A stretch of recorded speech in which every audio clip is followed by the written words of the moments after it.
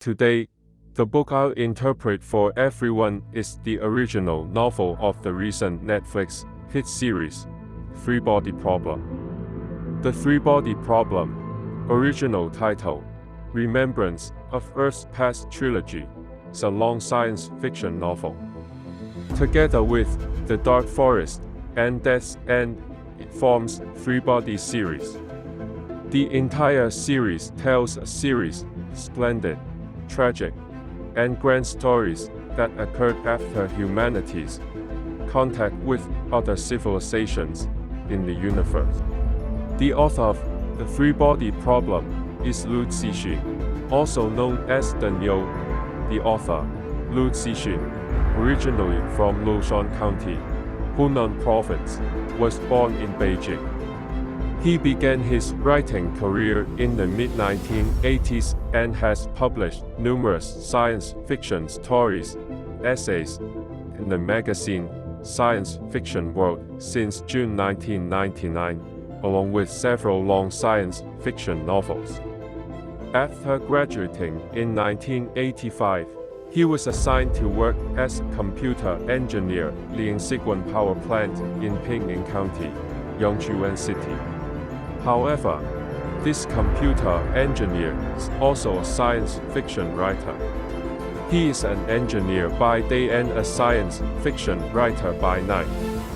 Although the Niu had published many works before the advent of the Three-Body Problem, none of his previous works can compare with the Three-Body Problem in terms of volume, depth, and dimension. Now, let's take a look at the first novel of Three-Body series, and what story it tells. In the original novel, the author interweaves the stories of Yi Wenjie and Wang Miao. The two storylines progress simultaneously and eventually merge. To make the complex story clearer, I will narrate the stories of two characters separately. Now, let's first talk about Yi Wenjie's story. In the 1960s, the protagonist Yi Wenjie was a student at Tsinghua University. At that time, she experienced unforgettable trauma. She witnessed her father, an authority in physics, being killed by a red guard without hair on his lips. She saw her mother denounce her father's so-called crimes. She watched helplessly as her father was beaten to death by his own students. This traumatic event made her question the nature of humanity. Ultimately influenced her decision to send messages into space to search alien civilizations. After losing her father, Yi Wenjie fled to Greater Xing'an Range and became a logger in the production and construction corps. Within the corps, she almost lost her life due to reading the book Silent Spring and being betrayed by a friend. At the most critical moment, the great astronomy and powerful DNA miraculously saved her life. The military's Red Coast base took in Yi Wenjie, and her life a 180-degree turn. The mysterious Red Coast base sits atop mountain deep in the Greater Xing'an Range. The base has a giant butterfly-shaped antenna.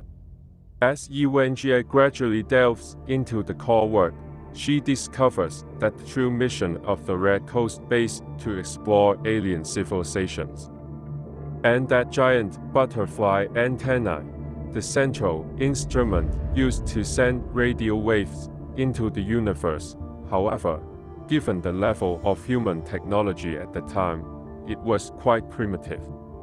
The maximum powered instrument could emit meant its radio waves were merely mosquito buzz in the vast scale of the universe, with almost zero chance being heard by aliens.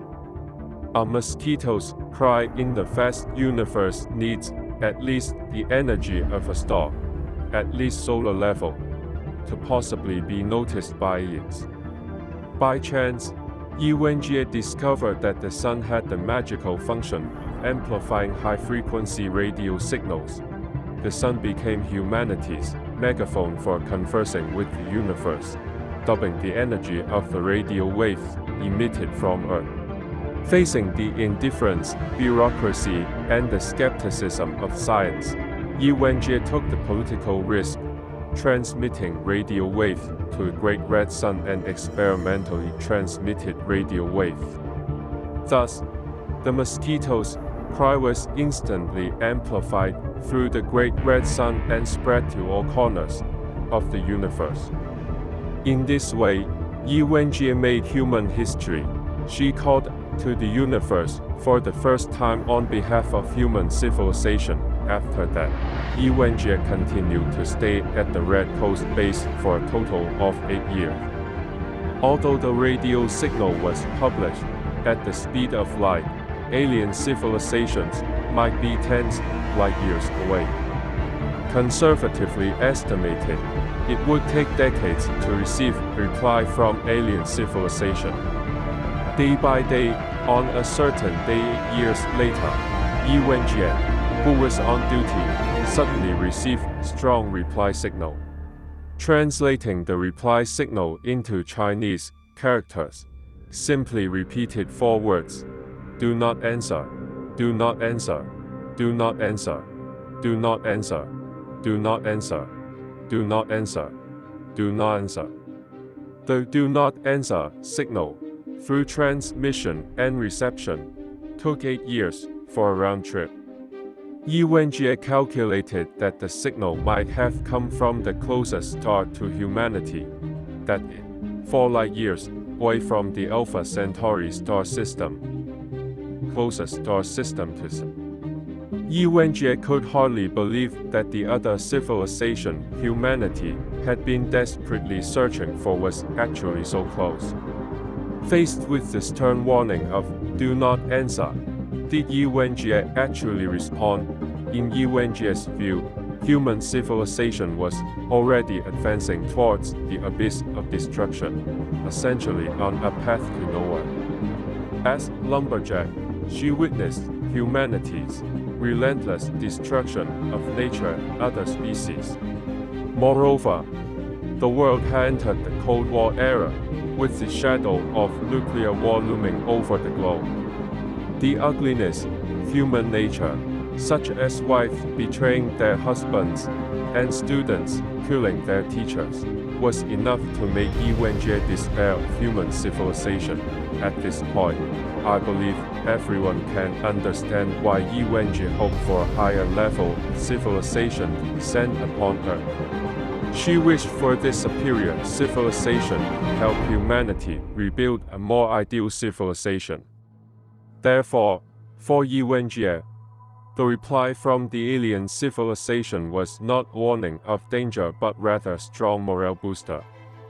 Thus, she boldly replied to them, "Come, I will help you obtain this world. My civilization has no way to solve its own problems. I need your power to intervene." At this point, the story centered around Yi Wenjie temporarily concludes, the scene shifts, and the time comes to 21st century, where another main character of the novel, Wang Miao, enters the scene. Wang Miao is a scientist dedicated to study of nanotechnology, second to none in the nanotechnology field. Wang Miao, modest man, never dreamed of doing anything significant. Yet one day, he was suddenly pulled into a highly classified global military conference. At the conference, Wang Miao saw top military officers from over the world. From the officers' words, Wang Miao realized that the whole world was already in a state of war. Their tense expressions left Wang Miao utterly puzzled.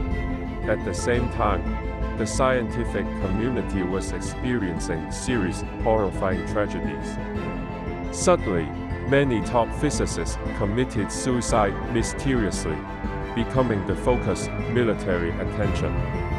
Due to the frequent suicides in the scientific community, Wang Miao finally agreed to cooperate with the military, joining forces with a police officer named Chong to investigate mysterious suicides. Scientists uncover the reasons behind it. Wang Miao, avid photographer, was horrified to discover that all the photos he took showed countdown numbers. The countdown started from 1,200 hours and ticked down every second. No matter what he photographed, the countdown always appeared in his photos. This mysterious force made Wang Miao extremely anxious. He did not know what the countdown represented. What would happen once the countdown ended? Besides Wang Miao's photographs, even the astronomical equipment he used to observe the stars later showed the same countdown, in the form of microwave background radiation. Across the vast expanse of space, seeing Wang Miao nearly scared of his wits by the truth of science. Shi Chong, worried that he might join the scientists in suicide, suggested that Wang Miao relax and try playing a very popular virtual reality game called Threebody. Out of boredom, Wang Miao took Shi Chong's advice and started playing the Threebody game. As he played, Wang Miao discovered that many aspects of the game seemed to have a close connection to the recent bizarre incidents in the scientific community.